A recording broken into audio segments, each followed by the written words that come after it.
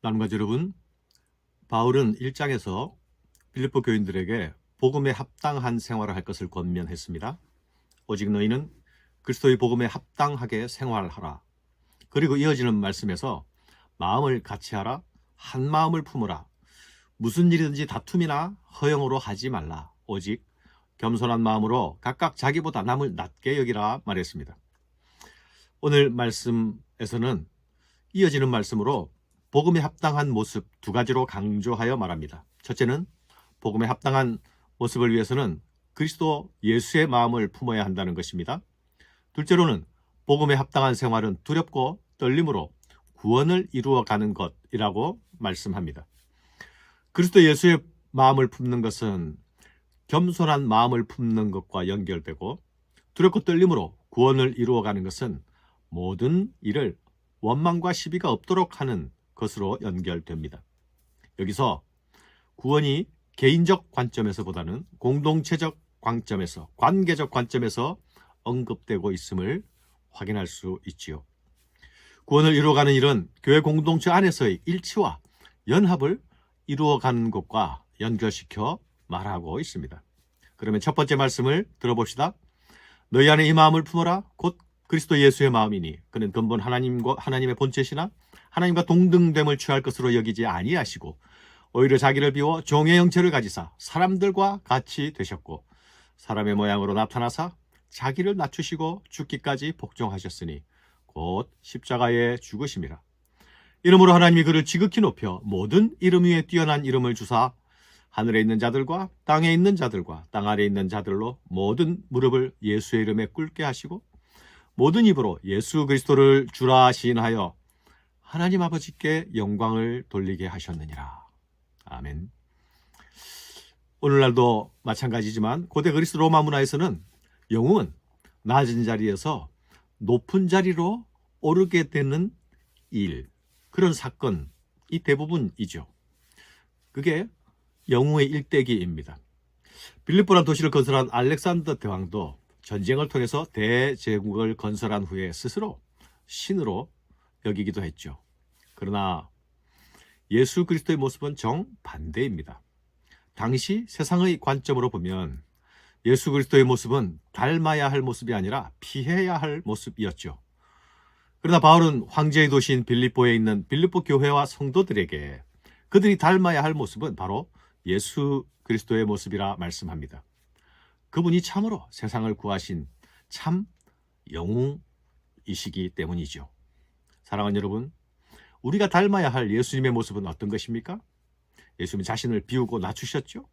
하나님과 본체셨지만 인간과 같아지기 위해 자신을 낮추고 비워 사람이 되셨습니다.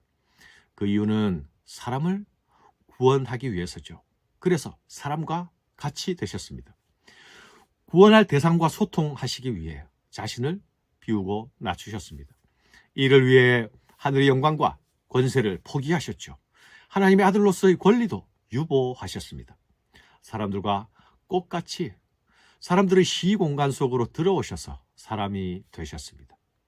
그런데 죄인들보다 더 낮아지셔서 죄인들을 섬기는 자리에 서 계셨습니다. 이것이 예수 십자가입니다. 이것이 바로 사랑입니다. 바울은 이런 예수님에게서 배웠습니다. 그리고 예수를 따라 성도들을 섬깁니다. 이제 성도들에게 그 예수의 마음을 품고 복음에 합당한 생활을 하라 권면합니다. 예수를 본받아 두렵고 떨림으로 구원을 이루라 말합니다. 예수님은 자신을 낮추시고 하나님은 그 예수를 높이셨습니다. 높아지는 일은 하나님께 맡겨야 하는 일이고 우리가 할 일은 낮은 대로 가는 것입니다. 하나님은 낮은 대로 가는 자를 높여주십니다. 하나님은 십자가의 예수를 살리셨고 그분을 땅에서 하늘로 올리셨습니다. 십자가는 그분이 내려가신 가장 낮은 자리가 아닙니까?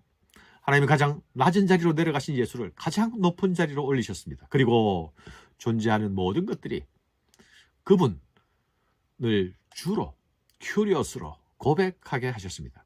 그리하여 하나님 아버지께 영광 받으시는 하나님 나라가 서게 하십니다. 바울은 빌립보 성도들에게 자신이 감옥에 있어서 성도들과 함께하지는 못할지라도 늘 두렵고 떨림으로 구원을 이루라고 권면합니다. 그러므로 나의 사랑하는 자들아, 너희가 나 있을 때뿐만 아니라 더욱 지금 나 없을 때에도 항상 복종하여 두렵고 떨림으로 너희 구원을 이루라. 너희 안에서 행하시는 이는 하나님이시니 자기의 기쁘신 뜻을 위하여 너희에게 소원을 두고 행하게 하시나니. 사랑하는 여러분, 구원을 이루어가는 일은 우리가 할 일입니다.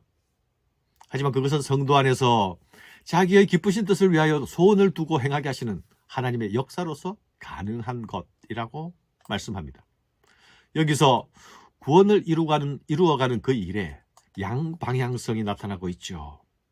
우리를 구원으로 이끌어 가시는 하나님의 편에서의 역사가 있습니다. 또 다른 한편으로 그 구원의 부르심을 따라 순종하며 따라가는 우리의 몫이 있는 것입니다. 우리가 알다시피 구원은 하나님의 은혜가 아닙니까? 그러나 그 은혜가 우리의 책임을 면제해 주는 것이 아님을 우리는 기억해야 하겠습니다. 모든 일을 원망과 시비가 없이 하라. 이는 너희가 흠이 없고 순전하여 어그러지고 거스르는 세대 가운데서 하나님의 흠없는 자녀로 세상에서 그들 가운데 빛들로 나타나며 생명의 말씀을 밝혀 나의 다름질이 헛되지 아니하고 수고도 헛되지 아니하므로 그리스도의 날에 내가 자랑할 것이 있게 하려 함이라.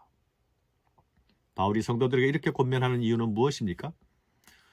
성도들 세상 가운데서 하나님의 자녀로서 빛을 드러내야 하기 때문이죠. 또한 성도들을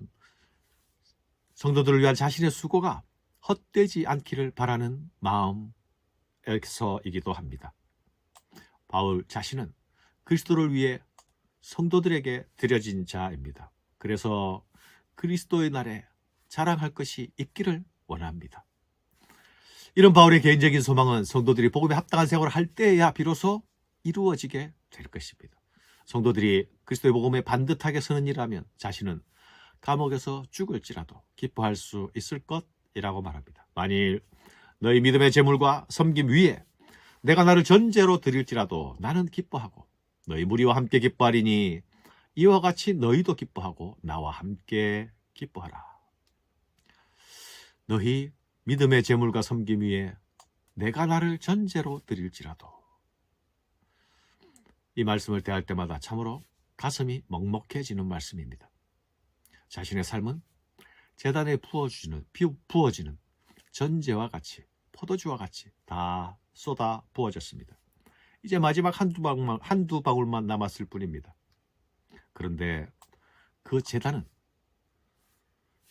성도들이 하나님께 드리는 삶의 제단입니다. 너희 믿음의 제물과 섬김 위에 나를 전제로 드린다고 말씀하고 있지 않습니까? 성도들의 헌신과 섬김이 제단의 주요 요소를 구성합니다. 그것이 제단입니다. 그리고 자신은 그 위에 뿌려지는 전제, 포도주일 뿐입니다. 주 앞에 함께 드려지지만 그 가운데서도 바울은 앞자리를 차지하지 않습니다. 성도들이 첫 번째요, 자신은 그 다음입니다. 하지만 바울은 그 역할에 자신의 생명과 진액을 모두 쏟아 붓습니다. 그러면서 기뻐합니다. 기뻐하고 기뻐합니다. 예수를 따라 예수의 길을 걷는 자의 기쁨이 아닙니까? 우리가 예수의 사람이 분명하다면 우리는 이 기쁨이 무엇인지 알아야 할 것입니다. 이 기쁨이 우리에게 있어야 하겠습니다. 감사합니다.